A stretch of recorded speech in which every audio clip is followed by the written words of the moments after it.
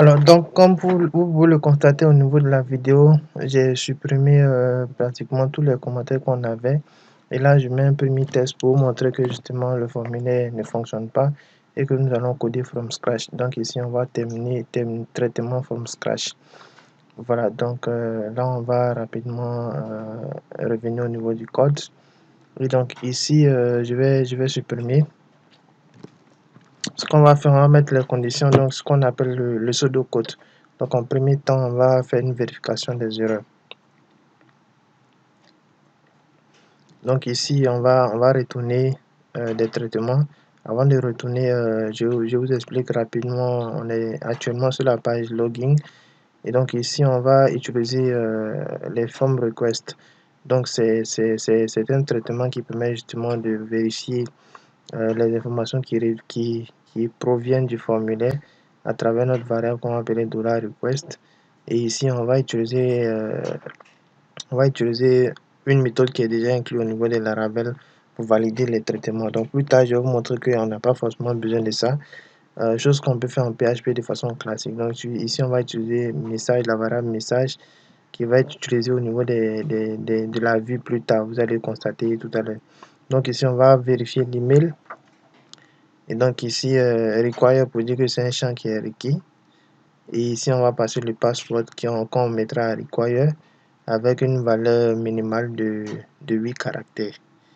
Voilà, donc actuellement, à partir de 8 caractères, plus, on peut dire qu'on est plus ou moins proche de la sécurité. Bien qu'il n'y a pas de sécurité à 100%, mais il ne faut pas donner aussi une certaine facilité à l'attaquant de justement connaître votre mot de passe. Donc vous allez voir très rapidement, on revient au niveau de login. Je vous montre les informations que j'ai ajoutées pour pouvoir afficher les erreurs. Donc on revient au niveau de la vue, on va actualiser. Voilà, donc là on a notre formulaire. On va essayer de lancer une connexion, donc on va supprimer très rapidement pour mettre une valeur inférieure à 8 caractères et là on a notre message qui va s'afficher. Donc le message s'affiche tout simplement parce que là on a validé en fait 8 caractères. Donc un instant et regardez si éventuellement on essaie de mettre 9 caractères, vous allez voir que ça va être plus ou moins pareil en fait. Donc on aura un message qui va nous dire de valider à 9 caractères. Donc le deuxième pseudocode, c'est de faire la récupération en fait des informations qui proviennent du formulaire. Et donc pour ce faire, il faut d'abord prendre ceux qui proviennent de la base de données et en faire des vérifications plus tard. Donc ici, on va utiliser une variable de la users, utiliser comment on appelle ça, le modèle users pour récupérer toutes les informations qui sont au niveau de ce modèle là. Donc ici, on va instancier avec le namespace modèle, donc qui se trouve dans app slash modèle slash users. Et c'est ainsi qu'on aura justement toutes les informations de la base, précisément la table users, qui seront stockées dans notre variable de la user. Après, on mettra ça en pluriel, users. Donc là, j'essaie de mettre une petite explication pour que vous puissiez vous retrouver dans le code. Voilà. Et ici, on va utiliser notre request qui provient de request qu'on a fait du time init pour récupérer les variables depuis $request. Donc ici, à travers $request flèche email, voilà, on récupère l'adresse email qui provient de l'utilisateur. Donc on va mettre identifiant nom. On va plutôt changer par $email, voilà, pour dire que c'est l'email. Et le password, on va remplacer par password pour dire que justement on récupère le password.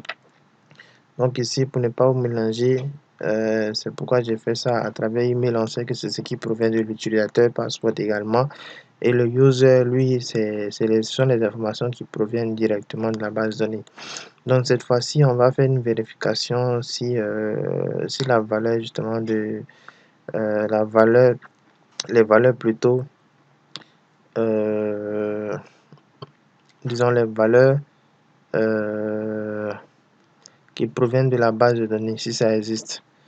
on fait quelque chose. Si ça n'existe pas, on envoie des messages d'erreur. Donc ici, c'est de vérifier en fait si les informations existent, les informations saisies dans les champs existent bel et bien en base de données. Donc ici, on va faire une première vérification. Donc ici, on va essayer d'abord de parcourir la liste, histoire de savoir si les informations qu'on recherche est dans cette liste-là. Bien entendu, ça reste des tests pour l'instant. Et par la suite, vous allez voir où est-ce qu'on va faire la boucle pour parcourir toutes ces informations-là.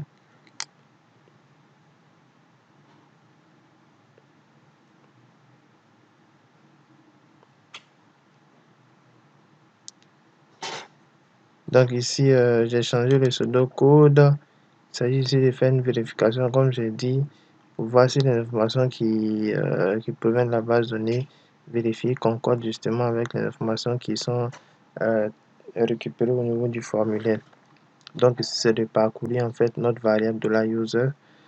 Donc, pour ne pas se répéter user, on va mettre la variable au pluriel.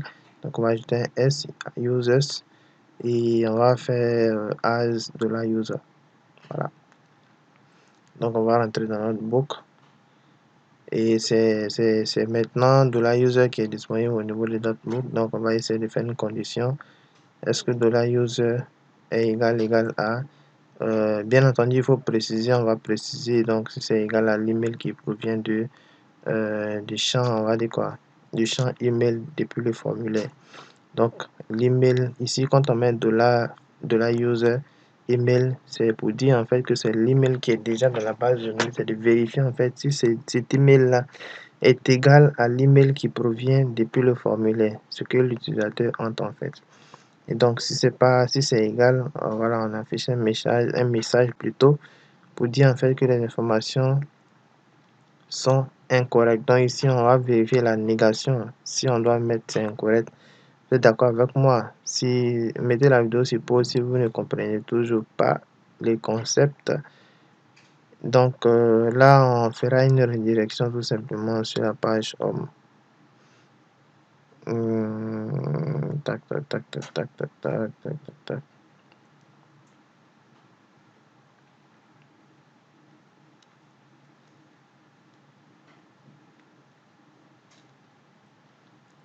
Donc ici, en fait, pour faire une redirection, on doit créer une route. Et comme on n'a pas de route, on va utiliser la façade de view pour retourner tout simplement la vue en fait la vue qui est déjà programmée en fait au niveau de notre dossier views. On va utiliser ça très rapidement, mais comme j'ai dit, on va intervertir vu que ici on vérifie en fait si les deux valeurs sont égales. Donc on peut pas envoyer un message pour dire que les informations sont incorrectes. Voilà, si ici les informations sont incorrectes, alors on fait un redirect sur la même page. Donc on va faire redirect back. Mais bon, comme ça va pas marcher. Donc, il faut retourner en fait le redirect. On va faire return, redirect hein, et back. Donc, back pour dire que c'est la page courante en fait qui doit être retournée tout simplement. Donc, ici, vu qu'on passe en fait de la username c'est pour dire en fait que on veut afficher par exemple bienvenue Monsieur Ouattara, bienvenue Parlons Digital. Voilà, c'est pour dire en fait qu'on a besoin de username de l'utilisateur. Donc le username c'est déjà en base de données. Pour l'instant, on n'a pas de formulaire d'inscription. Donc on va se contenter de traiter l'information de façon, on va dire quoi, de façon simple. Même au niveau de la vérification des mots de passe, on va pas trop en tenir rigueur parce que ce qu'on a mis au niveau de la base de données, c'est des informations qui ne sont pas hachées. Outre les informations qu'on a entrées avec le fait que là, c'est des informations qui sont hachées. Là, on dit que l'email n'est pas retrouvé. Ouais, tout simplement parce que là, vous pouvez mettre la vidéo si vous allez comprendre. Au niveau de la validation naturelle, l'email en lieu et place du string. Donc, string pour dire que c'est une chaîne de caractères. Et plus tard, on va utiliser valider pour justement valider ces informations-là.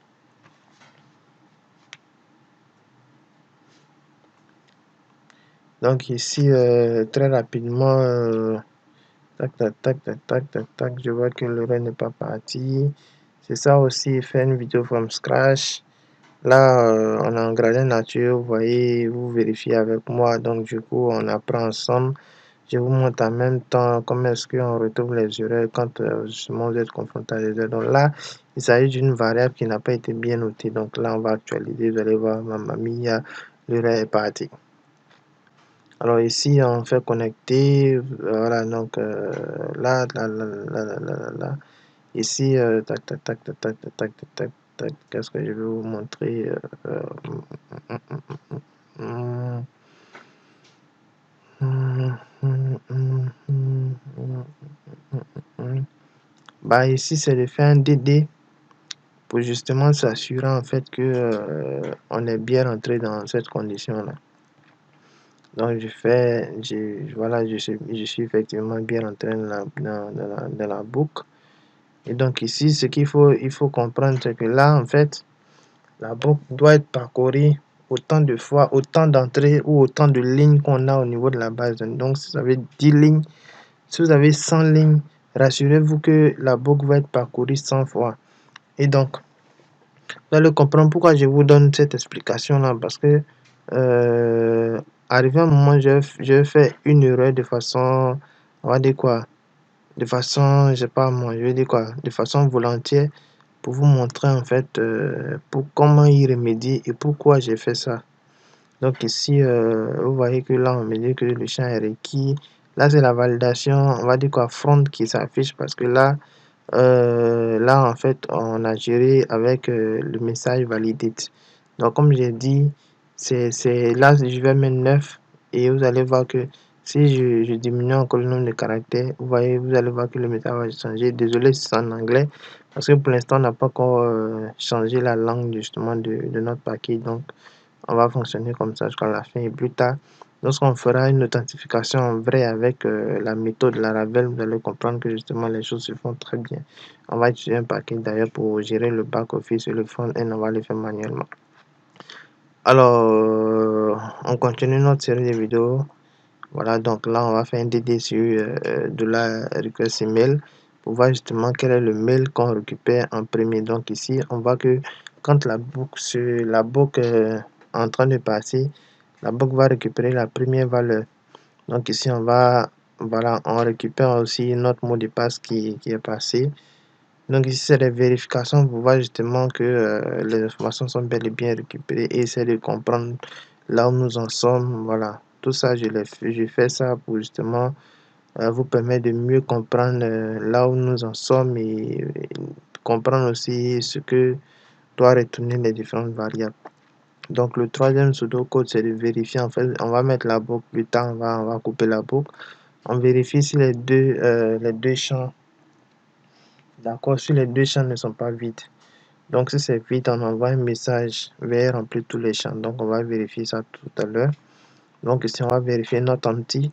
Notre empty, c'est pour dire en fait que c'est pour vérifier l'unicité. Donc il vérifie si c'est pas vide, si ça existe et c'est pas vide. On pourrait vérifier avec i7. Donc c'est pourquoi je vous ai dit dès le départ, c'est pour tester en fait vos connaissances en PHP parce que c'est exactement du PHP qu'on est en train de faire. Laravel, c'est orienté PHP, c'est un framework qui est à base de PHP un peu évolué. Mais là, on fait du PHP procédural, mais dans Laravel. Voilà, donc pour l'instant, on ne manipule pas des objets, c'est du procédural qu'on fait dans Laravel. Donc ça, c'est plutôt débutant ce qu'on est en train de faire. Donc tout le monde doit se reconnaître, s'en sortir dans ce qu'on est en train de faire. Donc ici, si les deux champs ne sont pas remplis, on envoie un message tout simplement cette flash pour dire veuillez remplir tous les champs. Ce que je vais écrire tout à l'heure.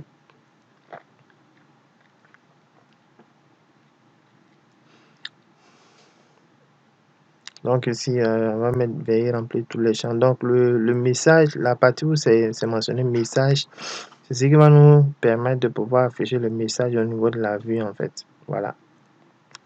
Donc ici, dès qu'on affiche le message, on fait un redirect sur la page courante. Donc on fait un redirect back.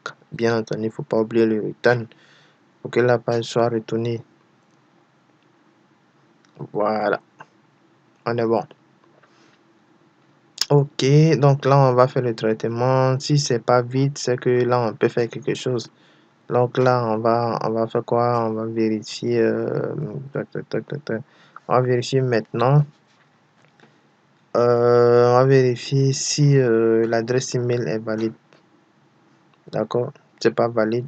Du genre, parlonsdigital@gmail.com ou info@parlonsdigital.com. Voilà, si c'est sur un format quelque chose arobase quelque chose.com. Sinon, on envoie notre message direct. Donc là, on a une fonction disponible au niveau de PHP qui est filter var, qui peut en paramètre le mail que vous devez vérifier avec une constante qui est déjà prédéfinie au niveau de PHP aussi, qui est filter validate email là, tout en grand caractère. Donc là, on va faire filter var. Donc, on peut constater pendant qu'on écrit au niveau de la description, vous verrez avec moi justement qui prend deux valeurs. Donc, l'adresse mail et puis la constante qui est filter var du data email.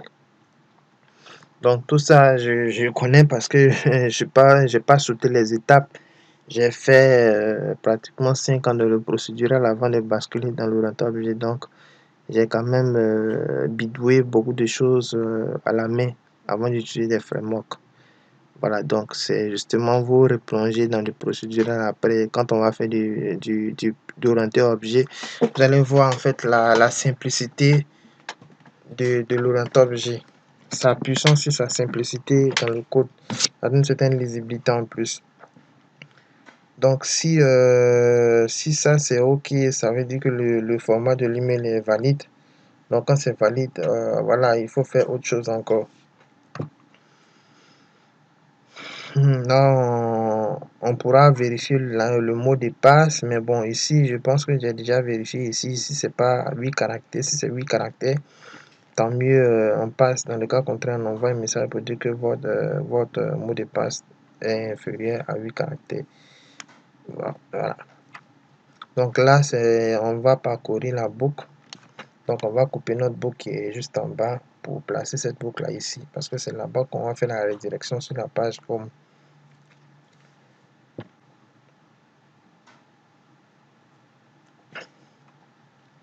Voilà, donc on va parcourir cette boucle là tout à l'heure.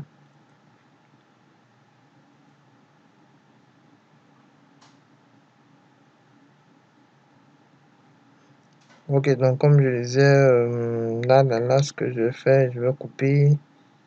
Tac, tac, tac, tac, tac, tac, tac. Le planté, un instant.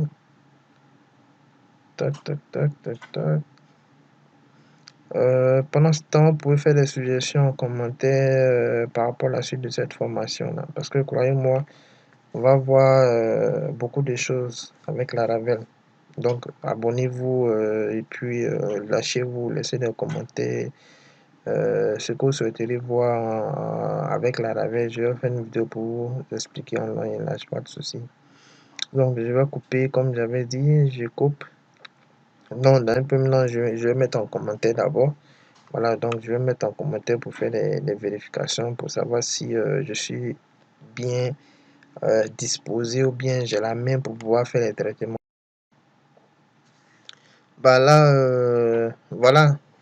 Ce qu'on va faire maintenant, on va mettre encore un autre pseudo-code pour dire l'action qu'on pourra faire. Là, je mets les messages en commentaire pour mieux vous expliquer en fait.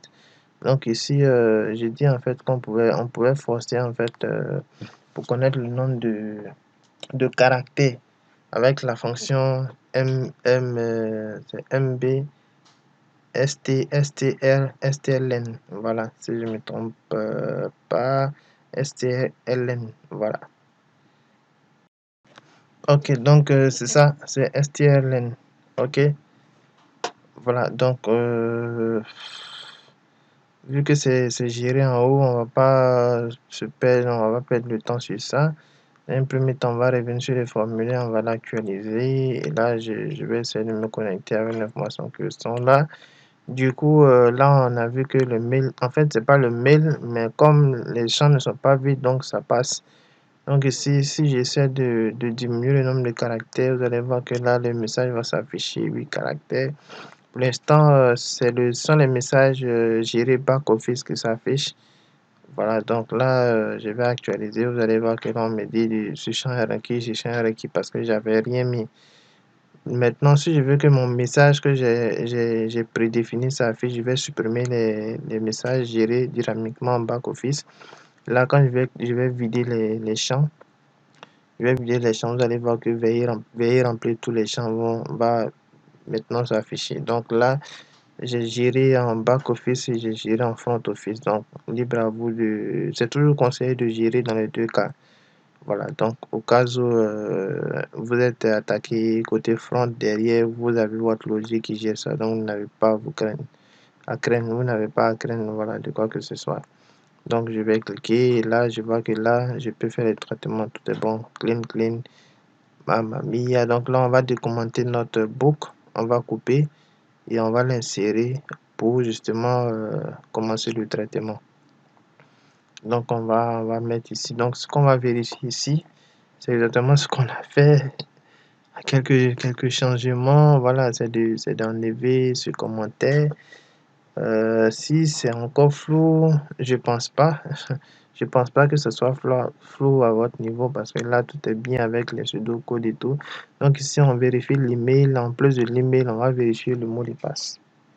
Est-ce que le mot de passe qui est rattaché à l'email est égal au mot de passe qu'on passe? Donc, comme on a commencé en fait sans avoir fait la page d'inscription, donc ici le mot de passe ainsi que l'adresse, mais enfin c'est le mot de passe qui est en clé.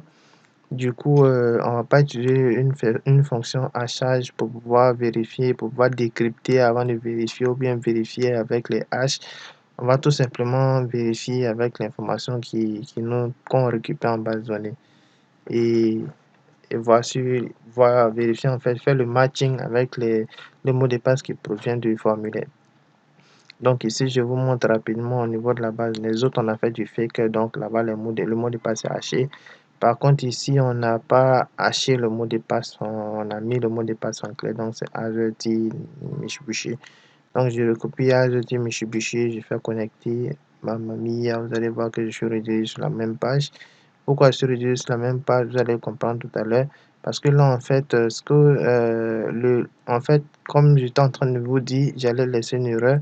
Et le reste c'est la suivante, c'est que là, il parcourt en fait plusieurs fois. Il est censé parcourir le nombre de fois que vous avez de lignes au niveau de votre base de données. Mais quand vous mettez un else, il va parcourir une seule fois. Et quand il parcourt une seule fois, en lieu place de parcourir encore une seconde fois, il trouve un S. Naturellement, il n'a pas trouvé, donc le else va s'afficher. Donc là-bas, on va vous afficher en fait le message qui a été affiché. Donc là, il devait parcourir 11 fois. Et donc, comme nous, on a mis un else, malheureusement, il n'a pas trouvé au niveau de la première ligne la valeur. Donc, il va afficher le message qui, justement, va sortir les informations sont incorrectes. Donc, pour remédier à ça, c'est de supprimer en fait la partie else. Et c'est ce qu'on va faire pour lui permettre de pouvoir vérifier autant de fois en fait. Donc, il va vérifier toutes les lignes maintenant et quand il va vérifier à la dernière ligne qui est la ligne 11, il va retrouver notre information, donc l'adresse email qu'on aura mis ainsi que le mot de passe. Et c'est suite à ça que justement on aura accès à la page login, tout simplement. Donc ici on a login et on a mis la variable username en compact. Donc ça nous affiche bienvenue monsieur, madame Youssouf. Donc ici après vous allez constater que le login est resté là-bas tout simplement parce que bon, ça reste pas quand même une méthode assez parfaite, mais c'est déjà bon pour quelque chose de bien. Voilà, donc là, après ça, on va justement attaquer le module formulaire.